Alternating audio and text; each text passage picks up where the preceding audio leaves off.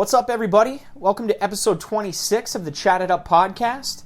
As always, I'm your host, Shooter, bringing you interviews, news, and reviews about all things Upper Peninsula. If this is your first time listening in, thanks for dropping by, and be sure to go back and check out past episodes. If you're a return listener, as I always say, thank you for hanging around and sticking with me. I have a really great episode this week for you. I'm going to do both Yooper News and Eat It Up, followed by This Day in Yooper History, and then we'll get to this week's interview. So let's jump right into our segments. First off, for Yooper News, I'm going back to Saturday, June 1st. Over in Ishpeming, Michigan, organizers held the very first inaugural Kuttigi Cook-Off. 12 different vendors competed with 18 judges voting on best sauce, best meat, best bread, and best overall Kuttigi. Teal Lake Pizzeria took home best meat, bread, and overall, and Yooper Goddess took home best sauce, and People's Choice went to Gravidoni Street Eats. I just want to take a minute to give a shout out to my buddy Uncle Pizza for letting me know about this event. I really wanted to attend. I'm definitely what I would consider a Kuttigi connoisseur, but my girlfriend and I literally bought a house the day before, so we were a bit preoccupied. But in any case, this is an incredible event, and I'm surprised that it hasn't been held sooner. You know, Kuttigi is arguably as Yooper, if not more Yooper, than the pasty is, as really the UP is the only spot in the world that you can basically find Kuttigi these days. Pretty much predominantly in Marquette County, but really you can find it kind of all over the UP. But anyways, a huge shout out to the organizers and also the participants of this great event. So hopefully that event continues to happen here in the future. Okay, it's time to jump into my next segment, which is called Eat It Up.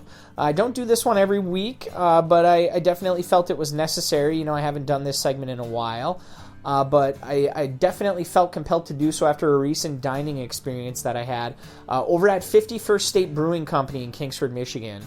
Now, Kingsford is my hometown, and there are definitely many great places to dine at in the area, but there aren't really many breweries or really any breweries to speak of in Dickinson County. That is until 51st State Brewery came along.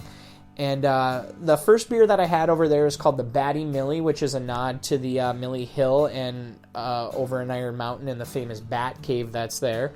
And this was an extremely tasty blueberry beer, probably my favorite one that they had on tap. Another one that I had that was really good is called the Ski Jump IPA, which is again a nod to the Pine Mountain Ski Jump, and that was also very tasty. But what impressed me most over there was their wood-fire pizzas. They're just absolutely delicious with this very soft crust that's, cooked just the right amount of time on this very intricate wood-fire pizza that they have. And to top all of that off, the service was excellent, and I can honestly say this might be my new favorite spot in town. The vast majority of eateries in the Iron Mountain, Kingsford kind of Twin City area fall on the Iron Mountain side of the city lines, so really this is a huge win for Kingsford, and quite frankly it's a breath of fresh air for Kingsford. So if you live in the area or if you happen to be passing through, be sure to stop in and check out 51st State Brewing. That is if you can find a seat. I know word travels fast and it's been very popular since they opened, but give 51st State Brewery a chance. I promise you won't be disappointed. All right, it's time for This Day in Yooper History, brought to you by the good folks at pasty.com. That's pasty.com and the Pasty Central Facebook page. So here it is, June 10th, This Day in Yooper History. Pasty Central Day in History, June 10th. On this day in 1846, about the time the copper rush was just beginning in the Keweenaw, the California Republic declared independence from Mexico, escalating a 2-year military conflict known as the Mexican-American War. Also on this day in 1919, Michigan ratified the 19th Amendment. The all-male Michigan legislature approved the constitutional amendment, ending a decades-long campaign to win equal rights at the polls. 3/4 of the states finally ratified more than a year later, and in November 1920, Michigan women could vote for the first time. This was a busy day in 1940 as Norway surrendered to Germany, Italy declared war on France and the United Kingdom, and Canada declared war on Italy. Pasty Central Day in History, June 10th. Thanks again to the folks at Pasty.com and the Pasty Central Facebook page for this day in Yooper history. All right, it's time for this week's interview, and it is with Mr. Mark Klossner. Mark is a really interesting guy, and he's got an even more interesting job over at Boss Snowplow in Iron Mountain. But as always, he does a way better job of telling his story than I ever could. So without further ado, let's chat it up.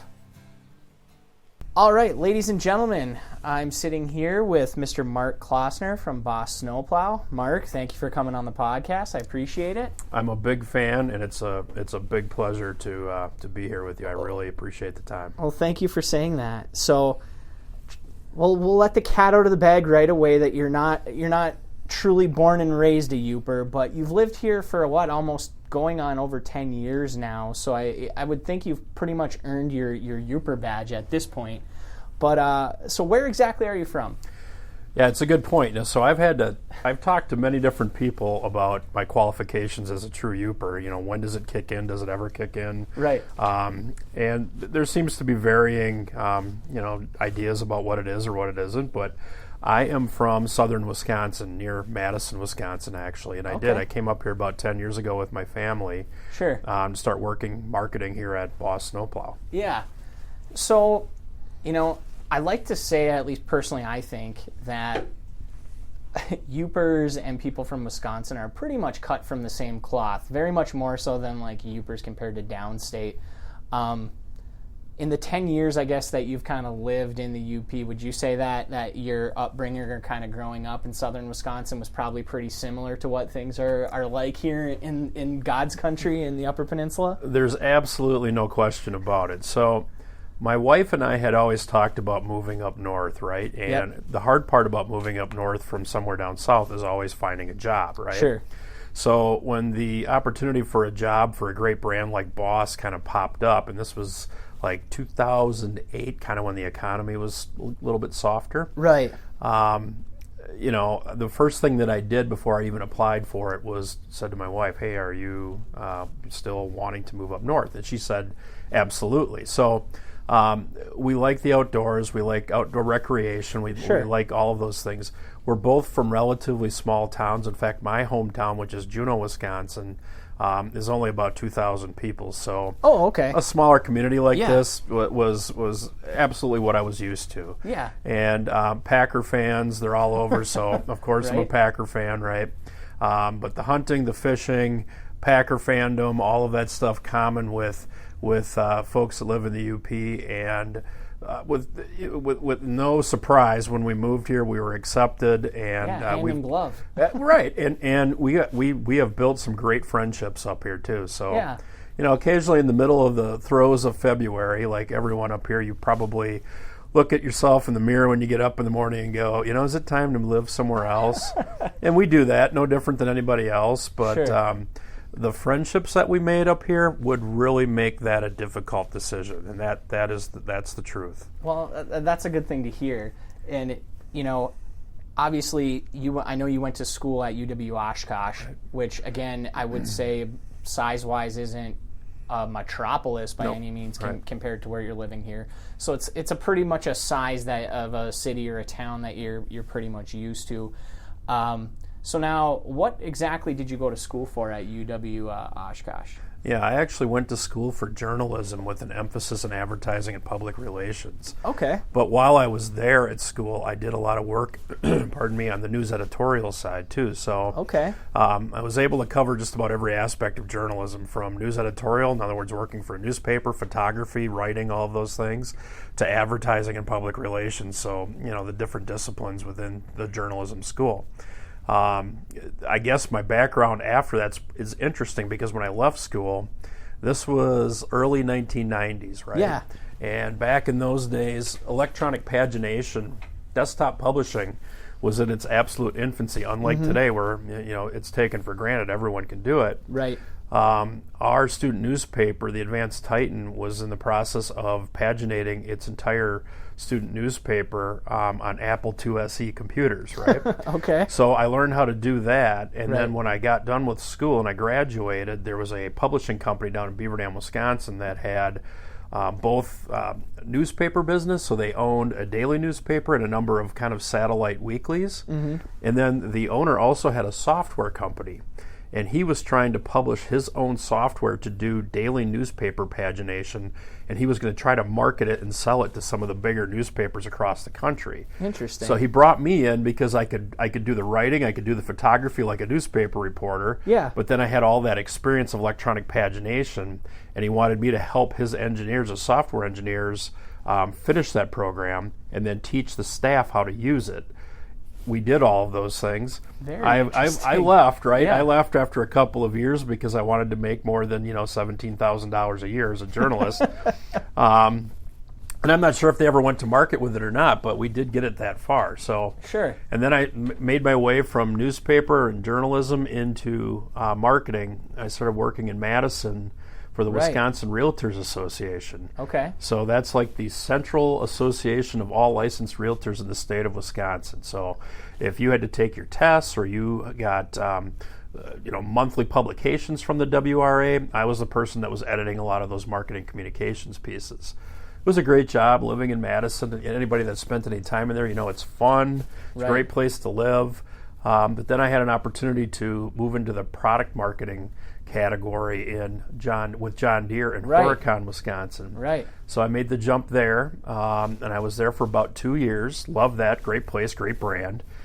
Then I made the jump to Mercury Marine in Fond du Lac, Wisconsin, and spent a couple years traveling around the country teaching sales schools to dealers of boats and engines, how to sell versus the competition, how to treat customers, all of those things.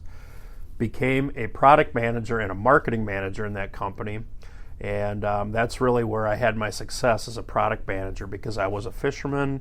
I liked to tournament fish, so I understood the product, came up with some great product ideas. Yeah. Loved that industry. It was so much fun. Honestly, when I look back at it, I can honestly say that for anyone that fishes, I had your dream job. I had your dream job, and I gave it up because the economy was getting so unstable, right? Right. But I had, free bass boats to use, new one every year. Wow. I worked with all of the television fishermen, so if you're into fishing and you watch television and you see somebody on camera, I promise you I fished with that person. Yeah, Bill Dance is the first one that comes to mind. Bill Dance. I have a picture of him with my arm around him with his Tennessee hat on. Sure. Right? All of them. So I got to know those people, and really, I was a fisherman since I was a little kid. Yeah. So some of those guys were kind of my heroes. So it was a chance to kind of work with my childhood heroes and get to know them. And leaving that job was really difficult. But when that economy got soft in 2008, our business in the marine industry was down in the 70 to 80% range. Oh, wow, okay. And it was painful, right? And I saw a lot of good friends get laid off. And I was just concerned about it because it turns out when the economy gets soft and people are afraid of their losing their income, right. When they have to choose between food and medical care and a $70,000 bass boat, they don't pick the bass boat. Imagine that. It's surprising, right? So I left there, and I had heard this rumor. Another person that I worked with there at Mercury, when the economy started getting soft, he and I formed a little bit of a pact, and we said, hey, if we both agreed, hey, we're out looking around for other jobs right now. If we run into something the other guy might like, let's share it and just collaborate on it. So we did. He had come up here to interview with Boss. They were looking for a new marketing manager. The original marketing manager to the brand from 1985 was still here, and he was getting ready to retire. So I heard about this. He had interviewed here. I think the two companies, or he and the company, had mutually decided it wasn't quite a fit. Sure. In fact, I think it was because his wife didn't want to move up here. Not outdoors people, right? They're not. Fair enough. That's fair enough, right? Yeah. And so I said to my wife, I've heard of this thing. I know Boss, the brand, like I know of the product. Great looking product. People speak very highly of it. I looked at the marketing. I said, I know I can help the marketing. Sure. Do you have any, before I even reach out to them, do you have any interest in living up there? And she said 100% yes. So I just blindly gave my resume to my colleague, and he sent it up here to Steve Pontbriand, who was in charge at that time, and said, hey, here, this is who I am. Heard through the grapevine you might be looking for somebody. I know a lot of your brand. I think I can help you. Brought me up for an interview, and the rest, as they say, is history. Here I am 10 years later. That's quite the story. It is. It's a story, right? Yeah, it's quite the journey. And it's actually one that's quite familiar of people moving to this area where it's like right place, right time. That's it. Or knowing somebody. A lot of times it's people moving back because they know somebody or they have an itch to get here. But it's interesting that your story is a little bit different, where you aren't from here but you wanted to get here, which is pretty special. So here you are working at Boss, this iconic brand, especially for Iron Mountain. Started here in 1985. Very humble roots. And now, arguably a global player on a global scale. Obviously, you weren't here in 1985, but can you talk to me a little bit about kind of that progression of the company as obviously things have kind of gone global? Right. So as you know, maybe most folks don't know, but the Bruley family had a large part to do with the growth of Boss and acquiring the brand back in 1985, and really. I always say this, they took all the risk, right? So, yeah, it rewarded them, but let's not forget they took all the risk, right? Mm-hmm. And throughout those years, they brought in people to come in here and help grow the brand. And at first, the Boss snowplow was being built side by side with the products that they were building for Systems Control, which was another company that they owned at the time, right? Sure. So as you can imagine, these, circuit breaker boxes and control panel boxes that they were building, it's for Systems Control, and snowplows were going down the same assembly line at first, right? Okay. And they were the first to admit at first they didn't know anything about the snowplow business, right? But they were looking for another business to kind of balance out their portfolio, right? To make it economy resistant, and for good reason, right? So they brought in the right people and kept investing in the business. And over the course of years, they had started investing a lot more in marketing and advertising. They saw the value in that. You had Warren, you had Dave Sr., and then you had Dave Jr., right? So you had three generations of Bruleys. And again, they just kept investing in it. And there is risk, right? Like I said, there's risk in doing that. Snowplow business, snow and ice control business is seasonal. So you can have years when it doesn't snow across the country, the business can be way down. And then you can have blockbuster years when the weather is up. So the thing that I really liked about them is their philosophy was that they tried to not lay people off. So they tried to build consistently throughout the year. So they weathered the years in which the business was down, and they kept people working, right? That was important to them. That's a big deal, especially up here, right? And through the years, it's grown and grown and grown, right? And they brought me in, like I said, about 10 years ago. And from the marketing side, really the focus was changing our marketing model, if you will, and changing, how we were marketing and what our strategy and philosophy was on it. Getting into social media, all of those things. So in 2010 or 2009, when I got here, we had a website, we had some brochures, and we had some clothing, right, from the marketing side. Sure. And a fairly good ad campaign, but we just changed what we wanted to do and how we wanted to do it. Got the social media, started to grow the department with the right people, had some great team members here, and we got into more inbound marketing. We installed the CRM system, request to quote, all of these things that in today's marketing world are prerequisites, right? Sure. So we sort of just got the Boss world up to date, right? And that's what we're continuing to do. We just launched an e-commerce system last fall. Oh, okay. Which in our industry, in our category, we were one of the first. So we were actually selling parts, right? Yeah. And to complement what our dealers do, right? So there's just, because of the prevalence of e-commerce in every industry now, people are used to having that option. Yeah. And this industry is no different. So we had more and more people requesting that convenience for a number of reasons. I want to be able to buy parts from you. And so we've been offering that. And that's how we plan to continue in the future. Like as a brand, we try to be kind of at the forefront compared to the other brands that are out there in our industry. Sure. And even though we're up in Iron Mountain, Michigan, we like to lead them around, not the other way around, right? So we're trying to be on the top.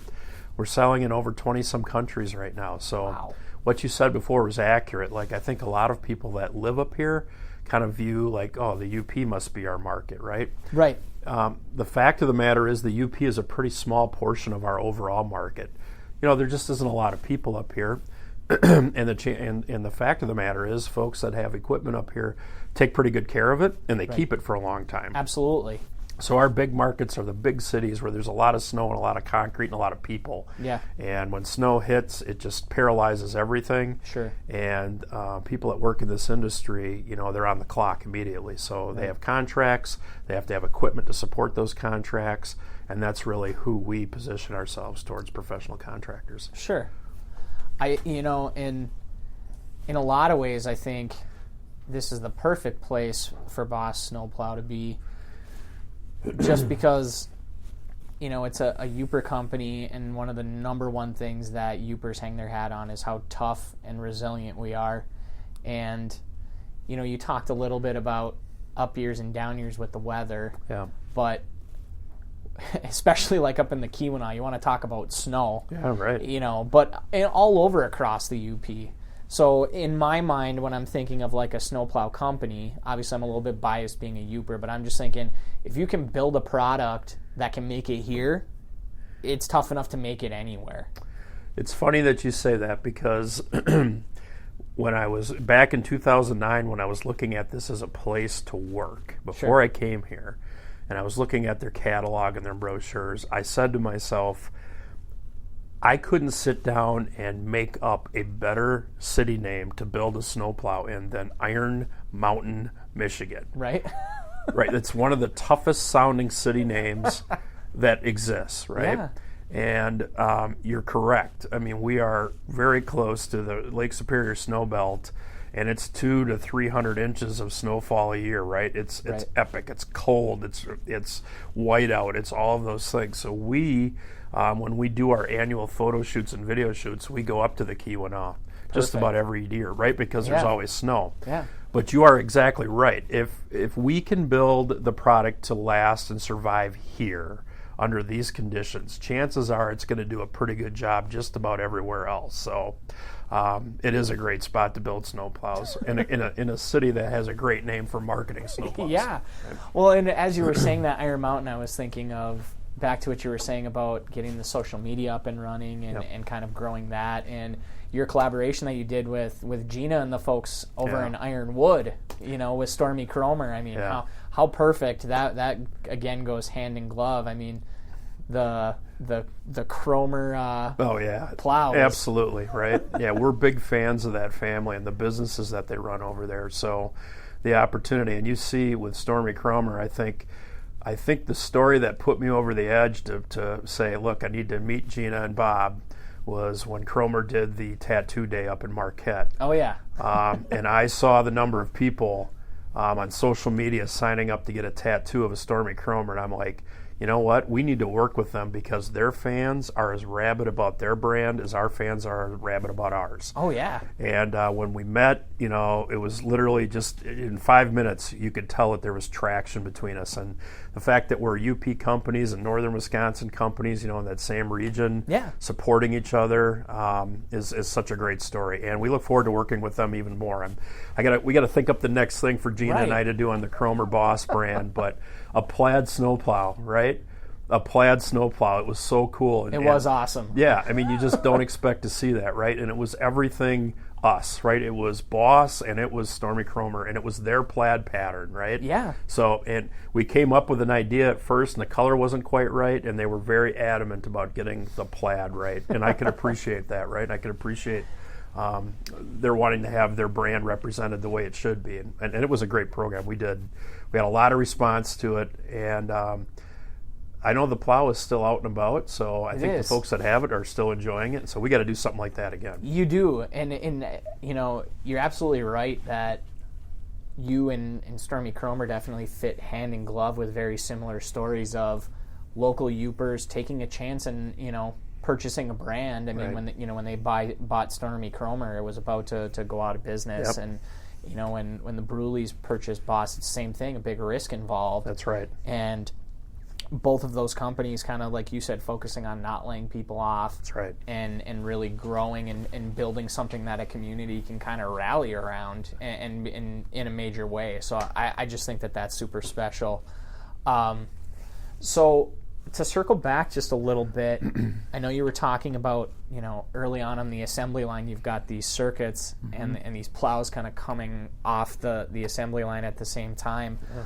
Obviously, I would assume also the technology just involved with these plows has probably kind of changed over time, different materials, different engineering, that type of thing. I mean, can you touch a little bit on that? I mean, I know you're not an engineer, but... but I guess every marketing person's got to be a little bit of an engineer, right? At least in their own mind, right? Yeah. Because, as I always say to people, marketing is definitely the one job that everybody in the building's an expert at. Sure. Right? And I don't care what your function is, you're an expert in marketing. Sometimes it doesn't go the other way around, but that's how I feel about it. I've always have. Okay. It's funny because... Yes, a lot of things have changed with snowplows from a technology standpoint, but I would say it's probably changed more on the electronic portion of the plows and maybe even the hydraulics. Sure. But the ironic thing is on the snowplow itself, you're still using steel, and that's kind of the beauty and the mystery of snowplows is everyone says, well, I could build a snowplow in my garage, right? Well, okay, that's a fair statement. And, you can have a very loose definition of what a snowplow is, right? Sure. So you can build something that looks like a blade that goes on the front of your truck, and you can push snow in a straight line, and you might be pretty successful with it. Yeah. It's what happens when you hit something that changes everything, right? Right. So a snowplow, when we strap a snowplow to the front of a vehicle, it must meet the federal safety standards for airbag operation. Okay. So in other words, if we hit something, that airbag, the operation of the airbag has to be completely unimpeded. It has to work exactly like it was before a snowplow was on there. So if you think about it, in a split second, we have a snowplow out front. If it hits an obstruction, our mounting system has to shear away, and the plow has to come over, or the truck has to come over the top and allow the airbag sensors to get hit and let the airbags pop up. Sure. Now, you can weld a snowplow in your garage. Maybe I could too, and I'm not a good welder, right? And you could I could stop over Saturday morning. We could put something together, right? I'm not a welder, but we could try. We could figure it out, right? Like I've even seen people on social media using cardboard boxes on the front of ATVs to push snow. Okay, that's great. We could probably do that. We could figure that out. But what I don't think you and I could figure out is how to make that thing come off the vehicle in a split second and let that airbag pop so everybody is safe inside that vehicle when an obstruction is hit. Sure. That is probably the greatest difficulty that designing snowplows professionally, commercial marketing them, and having a distribution channel. From an engineering standpoint, that's probably one of the greatest feats, is making it survive impacts with things, right? Interesting. And in a split second of impact. It must also be able to overcome obstructions repeatedly and stay together. So it's called tripping. A snowplow, when it hits something that's stationary, trips over it. Okay. Right? That's the other side. That's the other difficult part of it. So probably one of the bigger advancements in technology as far as the electronics are concerned over the last 4 or 5 years in the industry has been the LED light, I guess you would say, entrance into the market. So, the automobile industry and a lot of the other industries are adopting LED lights. Yeah. And we brought ours in, I think, 4 or 5 years ago already. We were the first brand to do that, and we made them standard equipment, right? Okay. And they cost a little bit more from our manufacturing standpoint, but we really liked the performance of them, and the big thing to us was the durability and reliability increases over the halogen light bulbs that are out there, right? Sure. They're about half the size physically. They take like half the electricity to run from your vehicle. Yeah. The light output is better. The light color is better for your eyes. For you think about it. Snowplow contractors in a big snowstorm, they could be up plowing 15 to 20 hours nonstop. Easily. And all of us that have driven up here in the dark when it's snowing out, snow has that very hypnotic effect on you. almost like, I guess some people liken it to going light speed in a spaceship, right? Yep, absolutely. And so after a while, when you're fatigued and tired as a snowplow contractor, that yellowish light of the old light systems, your eyes get tired. So we like the fact that this has a whiter light, kind of a brighter light. It's easier on the eye fatigue, which aligns with one of our core values, which is safety. We want people to be able to operate equipment safely all night. That's probably one of the bigger advancements as far as controls and both on spreaders and snowplows. They have stayed fairly the same, unchanged for probably about 5 to 10 years. So there hasn't been a lot of advancement there yet. There's not an app yet? There's not. Well, okay, yeah. So I keep picturing, I'm waiting for there to be where instead of having to have the control thing in your truck, you're just running it on an app. And you're 100% correct in thinking like that too. So some of our competitors have been dabbling with that as well. Okay. And I think it's fair to say that we're all looking at those things because there's no question that's the future. I mean, we control things with touch controllers now in the cab, and spreaders have a little LCD panel on them and knobs like that. So it feels like people eventually in this industry are going to move towards that technology as well. And in the last probably 3 to 4 years, there's been a few apps that have popped up, and one of them, probably the most popular one, is called Plows and Mows. Okay. So this is an app which is, everyone says it's a little bit like Uber for lawn mowing and snow removal. Sort of. Okay. So if you live in a city that is serviced by this app and it snows, you can go to this app and you can request snow removal service. Interesting. So the app pairs the contractor with the end user. Snow is a little different than grass because grass, if you don't get to it today, no big deal, you can get to it tomorrow. Right. Snow is a little different. When you wake up in the morning and there's a foot of snow on your driveway or in your parking lot at your business, it shuts you down. Yes. So there is instant demand, right? And an app like that can marry the service provider to the service needer in an instant. So that is a little bit of a trend that's going on right now. So very interesting. Yeah. So you, even though you're not involved in the industry, you seem to have some ideas that makes me think, well, maybe you're moonlighting as a snowplow manufacturing marketing guy somewhere, right? Right. Yeah. No. I promise you that I'm not. Got it. So you had mentioned a little bit when you were talking about the engineering and the difficulty of planning for, like when you hit something. Yep. You talked also a little bit about kind of that difficulty of obviously weather fluctuates, which obviously plays a big role. What other sort of difficulties do you guys kind of have in this business? Sure. So let's look at it from the end user, the contractor's point of view, which is really what drives us in many ways, right? Right. Their number one issue that contractors have in this country is the availability of labor. Okay. They can't find enough people to do the work. And when you look and you remove yourself from just the snow and ice industry and you look at other industries, it's kind of a common theme, right? Right.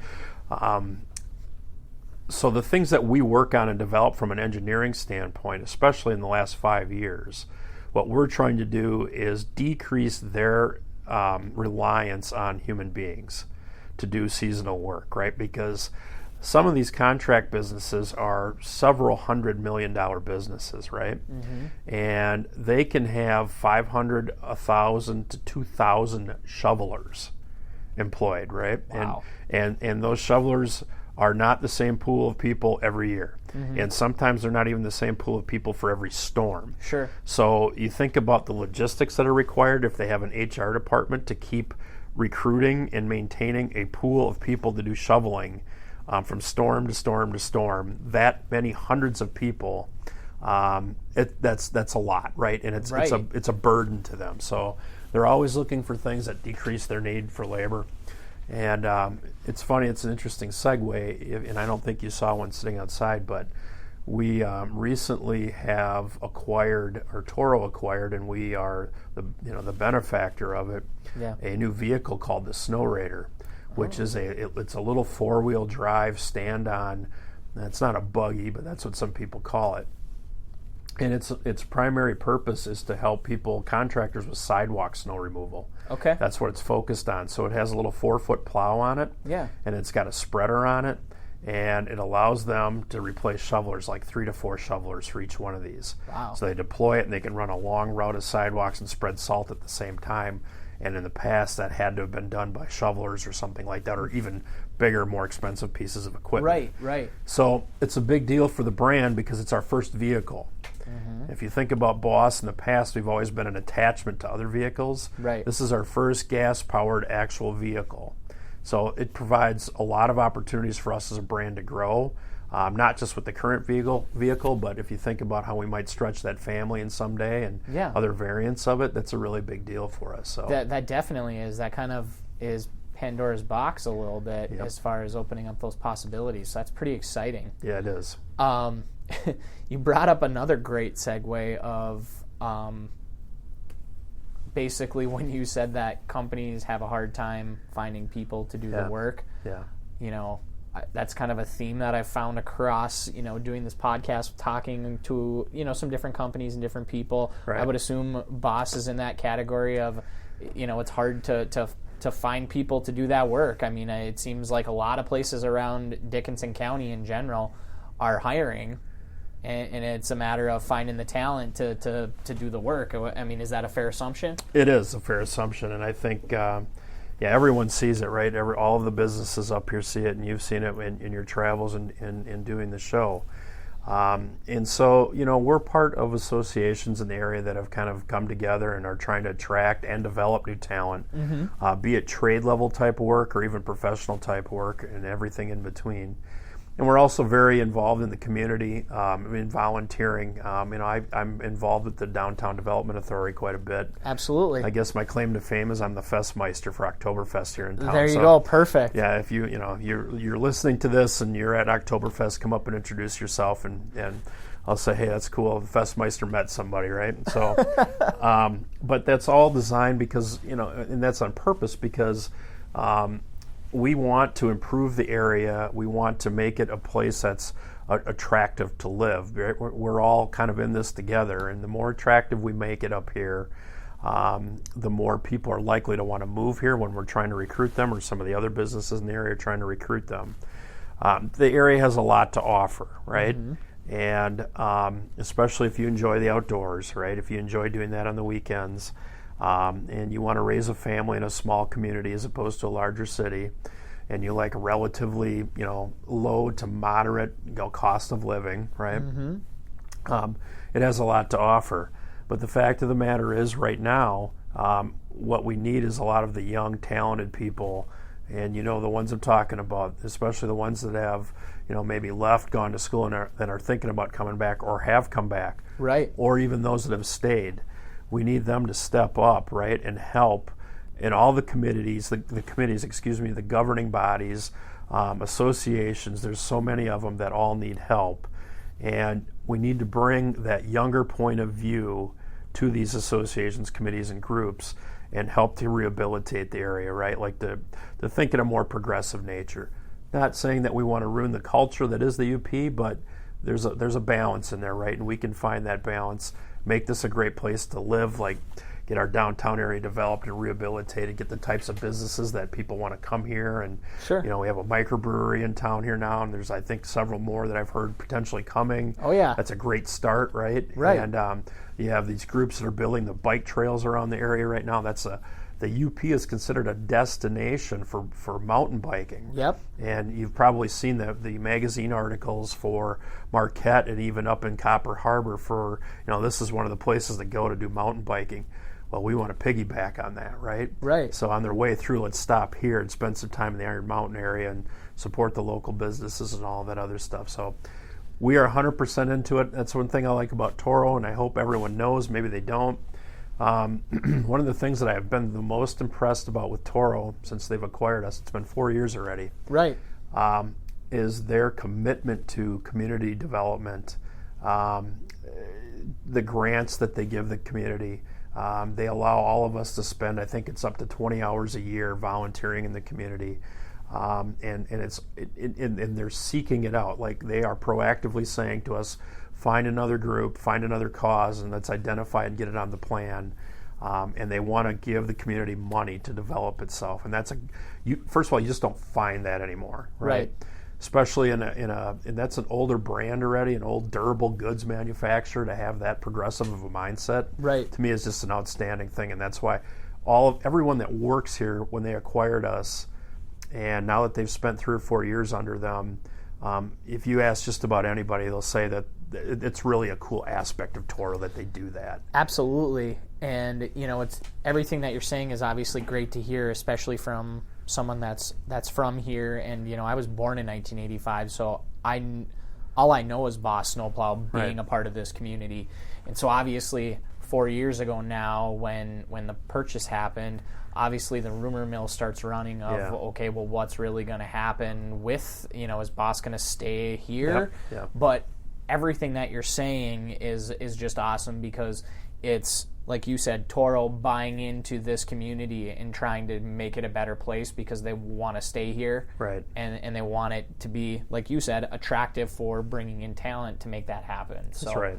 Super important and awesome stuff to hear. And even to what you were talking about with the collaborative stuff, early on in this podcast, I interviewed Gina right over next door here at Bay. Right. I mean, talk about a perfect filter, a funnel for you guys, right? Right. I mean, absolutely. And to your point, it's going to take those programs like that and the loyal to local and things of that nature and building downtown to really make that happen. And people are really doing it. There's a lot of naysayers out there, but there's so much that you can kind of point to and say, but look at what's going on. That's right. And I always say, when I work with the DDA folks, and I've worked a lot with Gina as well, and so much respect for her, right? Like she's one of those great leaders in town here, right? Like she brings people together. She's a collaborator, and absolutely people follow her because she's real and she's good at what she does. All of us, even working at the DDA when she was helping us with events, and Paula and Amber down at the DDA. Yeah, they're doing great stuff. Great stuff down there, right? And Megan, and I mean, there's so many of us. I always use the phrase "early visible victories." In marketing, when you're going to launch a new campaign or whatever the case may be, it's usually a campaign where it circles around. I say, always try to plan for early visible victories. So when you're trying to get momentum and you're trying to get buy-in from people, when they can see early on that you are having success, there's something that they can point to or that you can point to that tends to attract people to join the cause even faster, right? Like, these guys are winning. I like what they're doing, and I want to be a part of that. It's so critical. And so we talk about that a lot at the DDA now. We talk about it here at Boss, too. Like, show me something that right off the bat is tangible and visible, and that will attract people, and you will gain momentum. It's a big deal.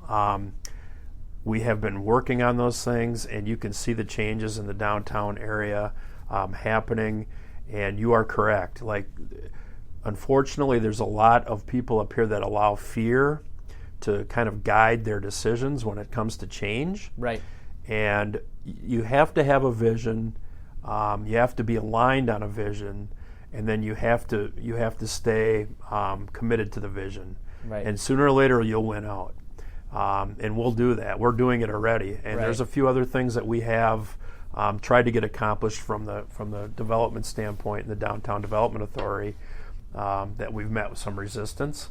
But we're going to keep going because we think the plan and the vision that we have for that area or for this area is the right one. And if folks give us a chance to carry it out a little bit, I think that they'll see that we have the best intentions in mind. We want to bring prosperity back into the area, but we want to be sensitive to the culture as well. So we don't want to ruin the small town culture, but we want to bring in some of that other stuff that helps attract people to come here and stay here and raise a family and buy houses and spend money in stores. So you're okay.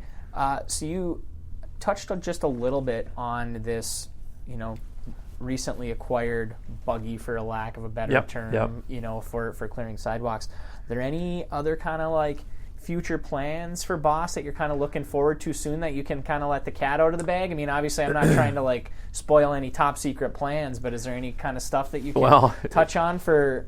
Yeah, so we do have a number of plans actually. Unfortunately, I can't let the cat out of the bag. Okay, fair enough. But that if you wouldn't be a good reporter unless you ask that question. Like that's the one thing everyone wants to know, right? I'm really excited about the things that we are looking at in the next 5 to 10 years here at Boss, right? Right. I can say that we have really, I think we're wide awake and aware of the things going on in other industries and the technologies that people are utilizing and companies that are utilizing it to improve their business and the products that they build and the services that their products provide. And we're going to go after those same things. So that's what's in our strategic plan. And we're working on our strategic plan right now. Okay. Toro every year has us come over and present a 5-year plan to them. Great. And a 1-year plan, right? Perfect. So yep. we're always working on those things, and that's one of the things that I really like about Toro is that strategic planning is important to them. Sure. And, I've come from several other big corporations that planning was also important to. Yeah. And I'm a big believer in it, right? Me too. I'm a big 1-3-5 guy. Absolutely, right? Yeah. And absolutely we can agree that the 3 and the 5 will change. Yeah. Especially the 5. Right. But it's the discussions around it that are important, right? If you're not talking about that, if you're not marketing, I always say if you're not marketing in some way and you're not working on your marketing, and by marketing I don't just mean advertising. Sure. I mean your product plan, all of those things, your distribution network. If you're not working on those things constantly, you're probably slowly dying as a business. Sure. So you have to keep doing it, right? You have to have that discipline. Yeah. Well, I have to say you're probably the first person of this will probably be the 26th, I think, episode of Chat It Up, and I think you're the first person that ever referred to me as a reporter. So I don't know what else to call you. A podcaster? A podcaster. Sure. I don't feel like what I'm doing is reporting. Sure. But to your point, that I guess that's a fair title to give me. Sure. I like to think of it more as I'm getting to know people across the UP. So. And again, I've pretty much hit everything that I wanted to talk about. Is there anything else that you feel like I've left off the table that you want to put out there that you'd like to speak about?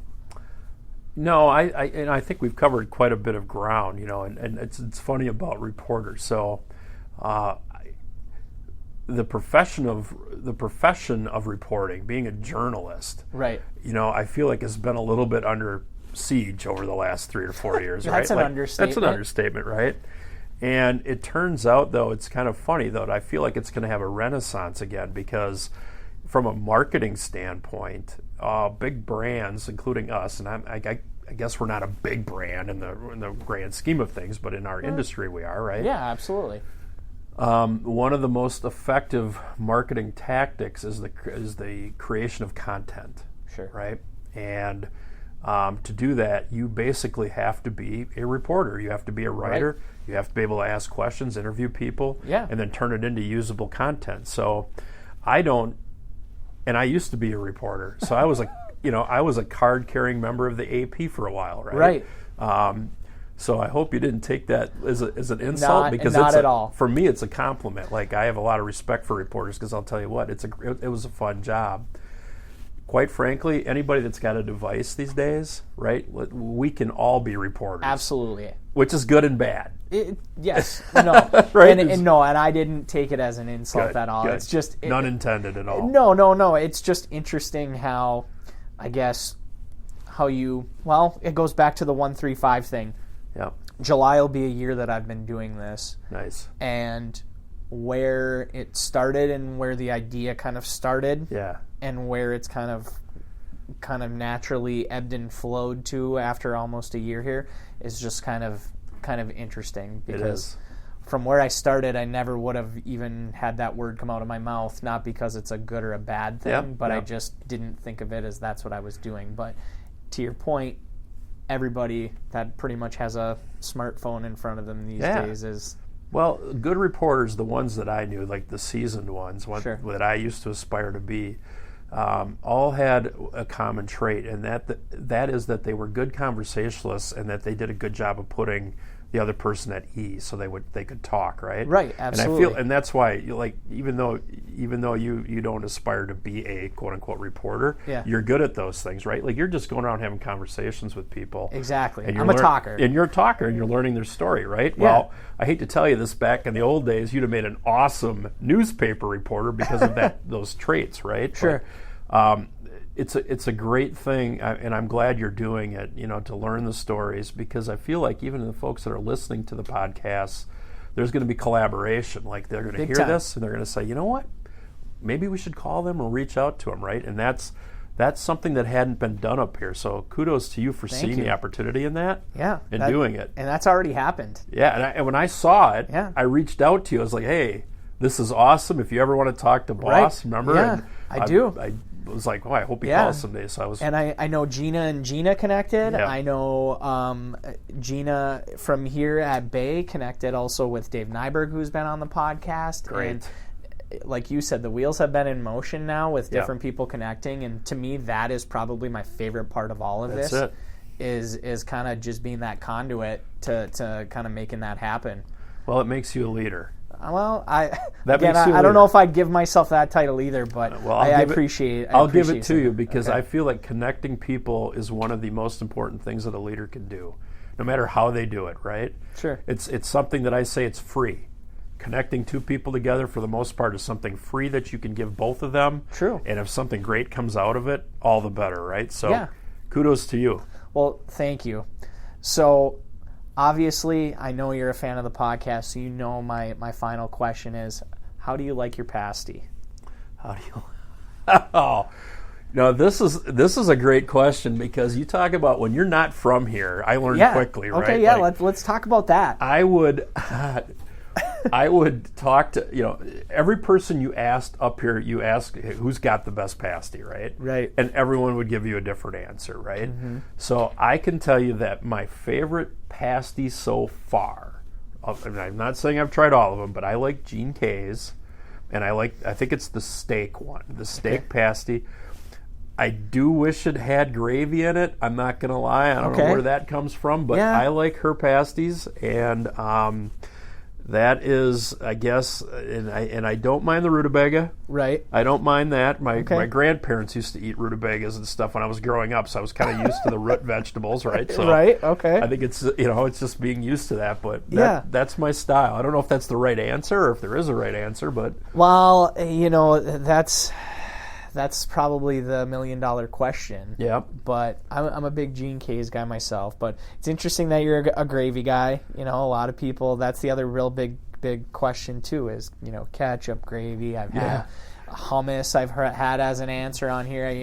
Just about anything you can think of so far I've had. But I think it says a lot about people's personalities. Yeah. It's kind of like that Rorschach test or whatever you want to call it. I never thought about it like that. Yeah. So, well, Mark, I can't thank you enough for coming on the podcast. This has been a really great opportunity, number one, for me to get to know you, but also, number two, just to kind of, share the boss story, because I think it's an important one that people really need to hear. Oh, I appreciate the opportunity, and if anybody listening to it, if you ever just want to reach out to me and collaborate on anything, please feel free to do. But I appreciate that you're doing this. I hope you continue to do it. And I think it'll be a long time before you run out of subject matter. So this is a great thing. All right. Well, thanks a lot, Mark. Take care. Okay, it's time for the takeaways from my chat with Mark. The first is the need for attracting and maintaining a talented workforce. Just like Boss Snowplow, there are dynamic and oftentimes family-run businesses all across the UP, and it seems that the majority, if not all of them, are doing whatever they can to pull in a youthful, vibrant workforce with the skills needed to get the job done. In my opinion, this is the linchpin to making the UP a thriving place. And it's going to take people like Mark who understand that and who are also being active in their communities in order to make that happen. And, it's just like the movie Field of Dreams, so to speak. If you build it, they will come. My second takeaway is about taking risks. As Mark alluded to in our chat, the Bruleys certainly took a risk when they bought Boss Snowplow. But with great risks comes great rewards. The reward in this case has been a company that employs Mark and countless others in the area, and that economic impact has a ripple effect on the community that's almost immeasurable. There's a famous saying that if your dreams don't scare you, they aren't big enough. And for this week's episode, I'm challenging everyone listening in to pursue one of those dreams that you have. Maybe it's to finally move back to the UP, or maybe it's to learn how to play the piano, but whatever it is that you're afraid of going after, fight the fear and pursue it. Because if you work hard enough and you do it for the right reasons, more often than not, the juice is worth the squeeze. Chat It Up is a bi-weekly podcast about all things Upper Peninsula of Michigan. Wherever you're listening in, please subscribe, rate, and leave me a review. You can also find Chat It Up on Facebook, Twitter, and Instagram. Thank you for listening in. I'm your host, Shooter, reminding you to keep your chin up and your eyes forward.